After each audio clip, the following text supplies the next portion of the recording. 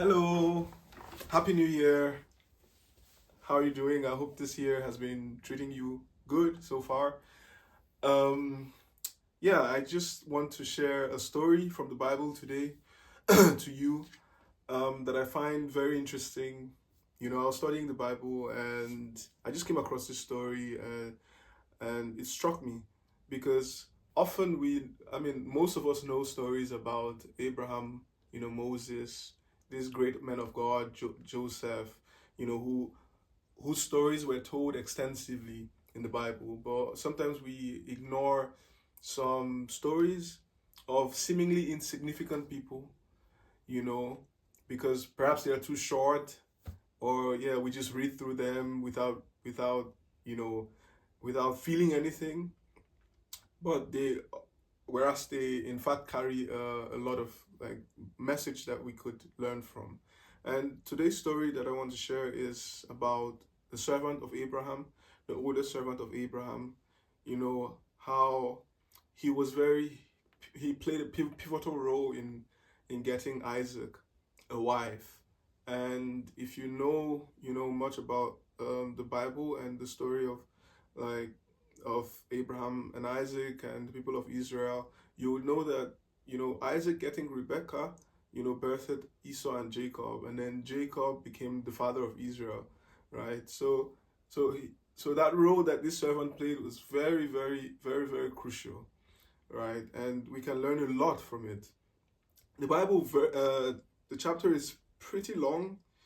Yeah, I hope that yeah, we can somehow go through it within 10 minutes max. But yeah, let me just read from Genesis chapter 24. Now Abraham was old, well advanced in years, and the Lord had blessed Abraham in all things. And Abraham said to his servant, the oldest of his household, who had charge of all that he had, put your hand under my thigh, that I may make you swear by the Lord, the God of heaven and the God of the earth, that you will not take a wife for my son from the daughters of the Canaanites, among whom I dwell, but will go to my country and to my kindred and take a wife for my son Isaac. So Abraham here is making the servant swear an oath that, as God had commanded Abraham, don't take a wife from the Canaanites, from the Canaanite women, right? But yeah, that you should marry from your own household. And so Abraham was going to take a wife for Isaac from his own, household, because that was the household of God. Basically, the Canaanites were pagans worshiping pagan gods, right? And then the servant, verse 5, the servant said to him, perhaps the woman may not be willing to follow me to this land. Must I then take your son back to the land from which you came? Abraham. So the servant is like, yeah, the woman may not agree to come.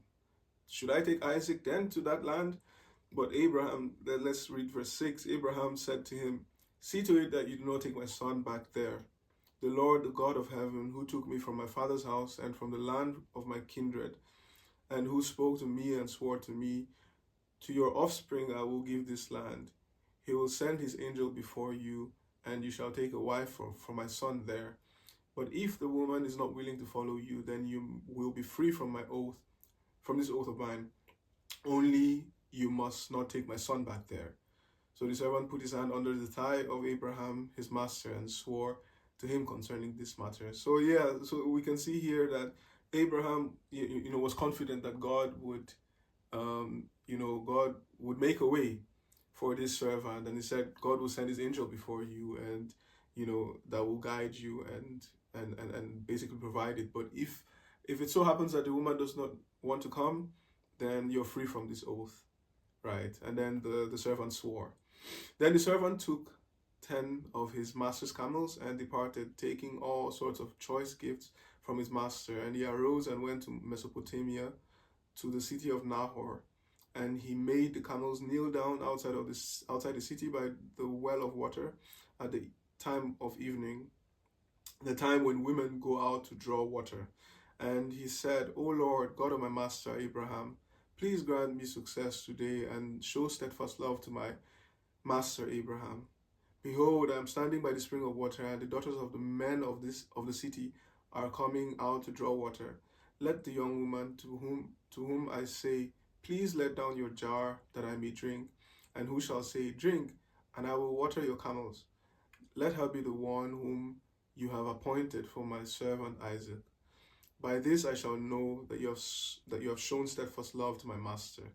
All right, so yeah, so the servant of Abraham here is now praying to God, you know, and basically, um, you know, offering God a way to show, to prove to him, who it is that would be the wife of Isaac, right?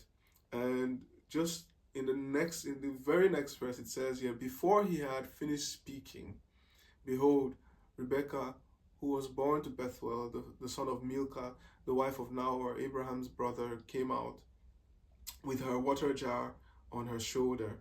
The young woman was very attractive in appearance, a maiden whom no man had known. She went down to the spring and filled her jar and came up. Then the servant ran to meet her and said, please give me a little water to drink from your jar.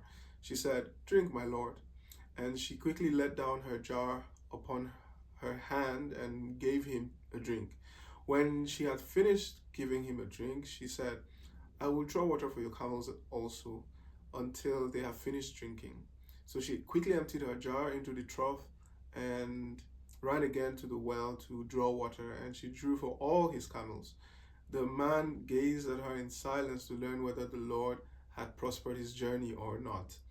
Wow. So just right after just immediately after he was done saying that prayer, God just brought this lady, this beautiful lady, virgin, and to fetch water from the well, and he did just as he had prayed.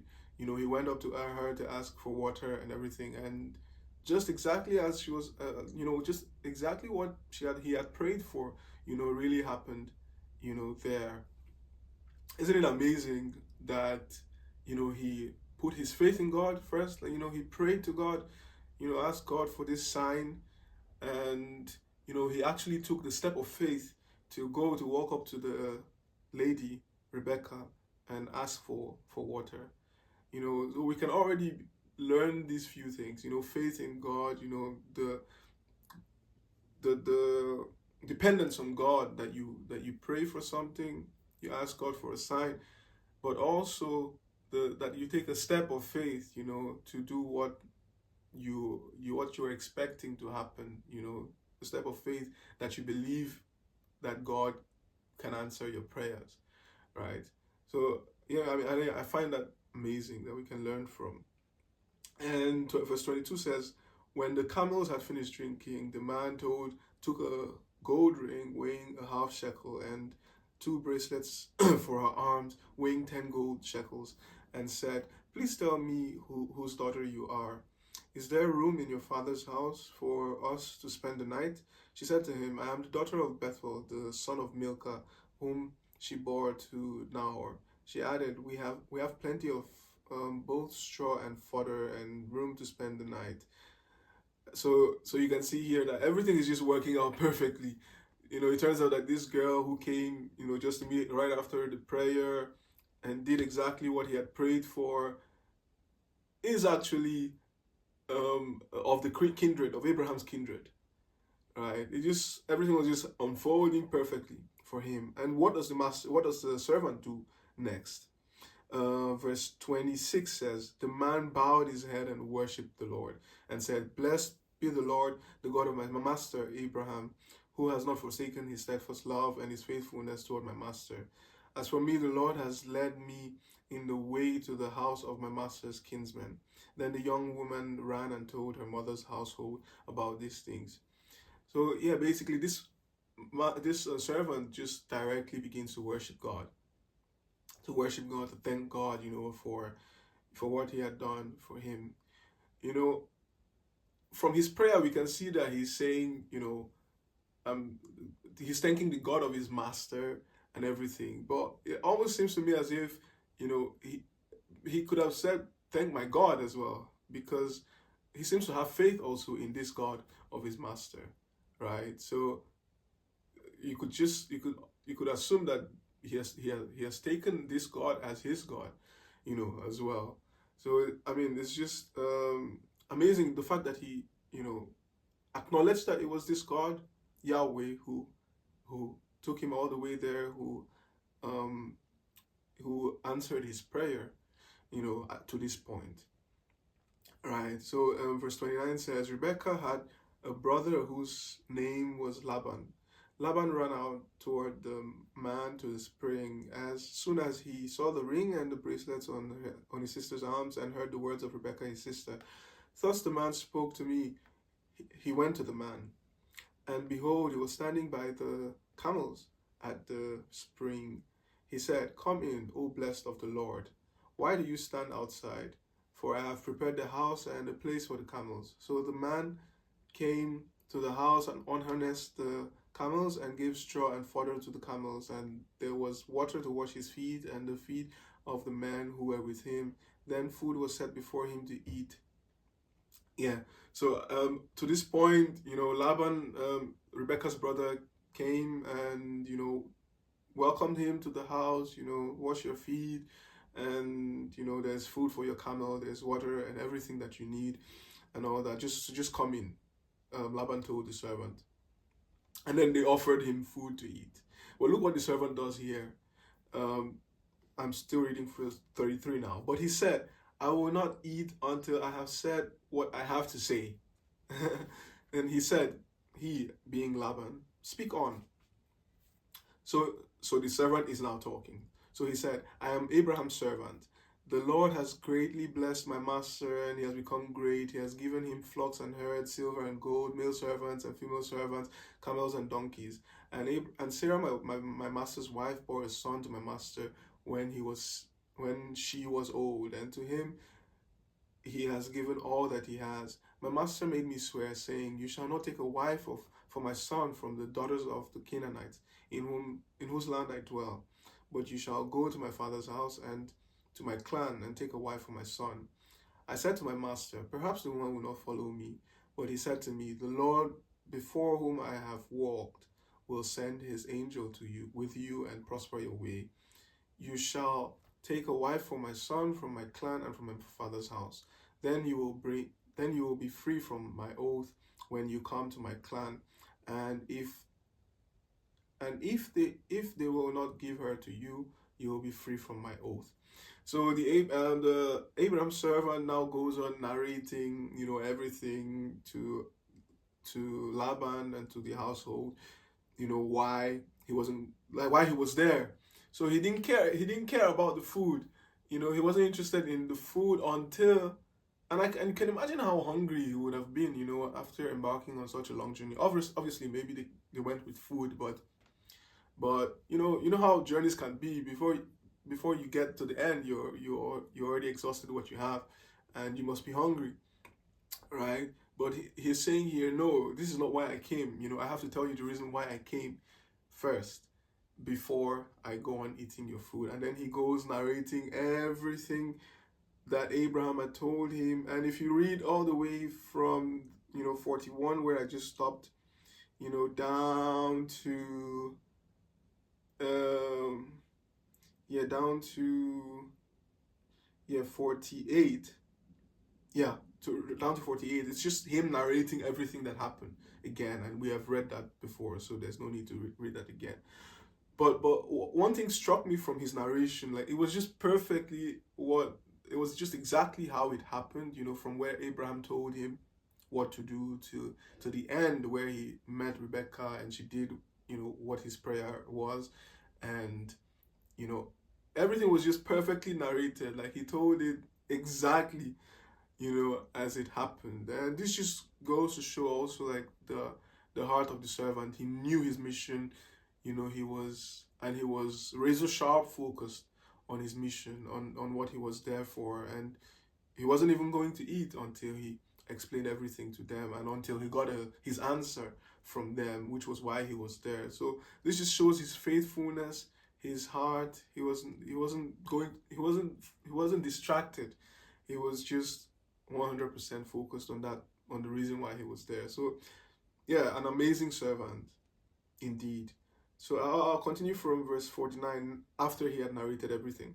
Now then, if you are going to show steadfast love and faithfulness to my master, tell me, and if not, tell me that I may turn to the right hand or to the left. So basically, tell me yes or no, you know.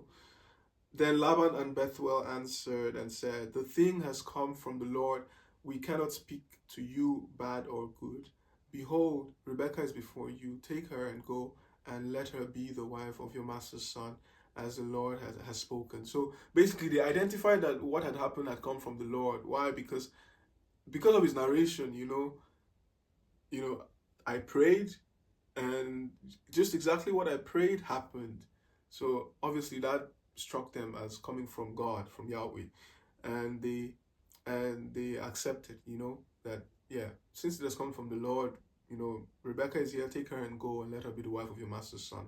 Right? When Abraham's servant heard their words, he bowed himself to the earth before the Lord. Again, you see this man worshiping God again, just right after he hears something positive, right? Worships God again. And the servant brought out jewelry of silver and of gold and garments and gave them to Rebekah. He also gave to her brother and to her mother costly ornaments. And he and the men who were with him ate and drank, and they spent the night there. When they arose in the morning, he said, send me away to my master. Her brother and her mother said, let the young woman remain with us a while, at least 10 days, after that she may go. After that she may go. But he said to them, do not delay me, since the Lord has prospered my way. Send me away that I may go to my master. They said, let us call the young woman and ask her. And they called Rebekah and said to her, will you go with this man? She said, I will go. So they sent away Rebekah, their sister, and her nurse, and Abraham's servant and his men, and they blessed Rebekah and said to her, our sister, may you become thousands of 10,000s, and may your offspring possess the gate of those who hate him. Then Rebekah and her young women arose and rode on the camels and followed the man. Thus the servant took Rebekah and went his way. Now Isaac had returned from Beer Lahai Roi and was dwelling in the Negev. And Isaac went out to meditate in the field toward evening, and he lifted up his eyes and saw, and behold, there were camels coming. And Rebekah lifted up her eyes, and when she saw Isaac, she dismounted from the camel and said to the servant, who is that man walking in the field to meet us? The servant said, it is my master. So she took her veil and covered herself, and the servant told Isaac all the things that he had done. So this is where they had journeyed back to Canaan, where Abraham, Isaac, where they lived, right? And there they met Isaac, and here the servant is now narrating everything that had happened to Isaac. Then Isaac brought her into the tent of Sarah, his mother, and took Rebekah, and she became his wife, and he loved her. So Isaac was comforted after his mother's death. I mean, what an amazing story. Pretty long, but a whole lot of things to learn from this servant who was very faithful to his master Abraham, did everything, just right. And, a few chapters before this one, we would learn that this master actually was the oldest servant, and when Abraham had no child, this servant would have been the one to inherit Abraham's property. This servant would have been the one to inherit all of Abraham's property, right? Would be heir to Abraham. But then Abraham begat Isaac, and so Isaac was then going to be the one, because Isaac was the son of promise. Isaac was then going to be the one to inherit, most of what Abraham had. So you can imagine that some people would have resentment towards Isaac. Some servants in that place would have resentment towards Isaac and not want to do anything to prosper Isaac. But this servant didn't have that. He executed his task, perfectly. And I think that's the reason why it's in the Bible, because otherwise he was just a servant, Otherwise he was just a servant. Maybe there's nothing significant about his life, but this one thing made Isaac marry Rebecca, and that brought Jacob, who became the father of Israel. So I think that's why God really wanted that this be a part of the Bible. Yeah, I hope that you learn something from this. There's a lot, but I hope that you learn something. I mean, at least one thing. And yeah, for me, bringing it home, one of the things that I can learn is, the fact that I am God's servant. I am God's servant, and God has sent me to this earth on a mission. Am I doing that mission with razor sharp focus as this servant? Am I giving it all my attention, forsaking every distraction along the way, just making sure that I get it done so that I please my master, and discharge my duties, well? Am I doing that, or am I doing something else? Am I being distracted by the things of this world?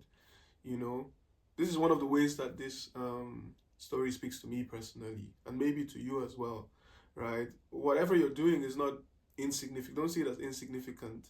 If you're serving somebody, if you're doing the least, what people consider the least where you are at your workplace or wherever you are, don't look down on that position, but give it your best effort, and you'll be recognized. If not by man, by God, you'll be recognized some way, somehow. So yeah, I hope that you're blessed by this video, and yeah, please do well to like, share, subscribe, and yeah, I'll see you again in the next video. Bye bye.